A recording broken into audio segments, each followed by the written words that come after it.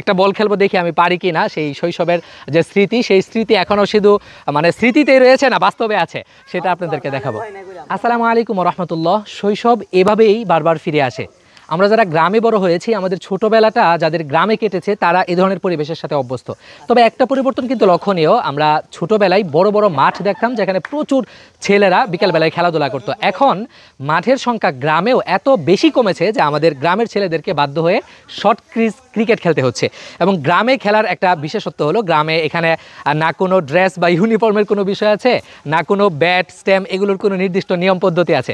আমরা যদি আপনাদেরকে একটু দেখাই, এখানে বাঁশের 3টা ফালিকে স্ট্যাম্প হিসাবে ব্যবহার করা হয়েছে এবং ব্যাট যেটা রয়েছে সেখানে 2 পাশের জন্য 2টা ব্যাট থাকে সাধারণত। এখানে একটা ব্যাট দিয়ে কোনো রকম খেলা চালানো হচ্ছে এবং এই ব্যাটটা সম্ভবত কয়েক বছরের পুরানো, সেটা দিয়েই কোনো রকম চালিয়ে নেওয়া হচ্ছে। এবং আরেকটা বিষয়, যেটা আমরা যে মাঠে এই মুহূর্তে খেলতেছি, সেই মাঠের ডান এবং বাম 2 পাশে কিন্তু ফসলি জমি। সেই ফসলি জমিতে যেন বল না যায় সেই জন্য কিন্তু আমরা এই ধরনের নেট ব্যবহার করেছি। অর্থাৎ সব মিলিয়ে গ্রামের অনেক প্রতিবন্ধকতাকে উতরে গিয়ে, অর্থাৎ মাঠ নেই, পর্যাপ্ত খেলার জায়গা নেই, পর্যাপ্ত খেলার সঙ্গী নেই, পর্যাপ্ত খেলার উপকরণ নেই, সেই সব মিলিয়ে আমরা দেখছি যে এই সবগুলোকে উপেক্ষা করে বা সবগুলোকে পাশ কাটিয়ে গ্রামের ছেলেরা কিন্তু খেলছে। একটা বল খেলবো, দেখি আমি পারি কি না। সেই শৈশবের যে স্মৃতি, সেই স্মৃতি এখনও শুধু মানে স্মৃতিতেই রয়েছে না বাস্তবে আছে, সেটা আপনাদেরকে দেখাবো।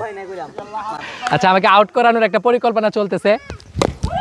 আমি কিন্তু দুর্দান্তভাবে বলটা ঠেকিয়ে দিয়েছি এবং যিনি বল করছে সে কিন্তু এই মুহূর্তে এই শর্ট ক্রিজ খেলার সবচেয়ে দুর্দান্ত বলার। এই মুহূর্তে যিনি বল করতে আসে তিনি হলো আমাদের শ্রদ্ধেয় ইমাম সাহেব। আমরা ইমাম সাহেবের একটা বল খেলবো আমি। হ্যাঁ, আচ্ছা, একটা বিষয় বলে রাখি, আমি কিন্তু খুব ভালো 6 মারতে পারি, কিন্তু সেই 6 মারা কিন্তু নিষেধ রয়েছে। তারপরেও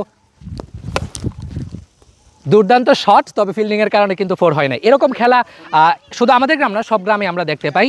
কিন্তু এই খেলাধুলোকে উপেক্ষা করে যারা এই খেলাধুলোকে পাশ কাটিয়ে বিভিন্ন ডিভাইসের আসক্তিতে ভুগছে বা বিভিন্ন ধরনের সোশ্যাল মিডিয়া বলেন বা মুভি দেখা বলেন, নাটক দেখা বলেন, সেই ধরনের আসক্তিতে ভুগছে, তারা আসলে সত্যিকারের যে বিনোদন সত্যিকারের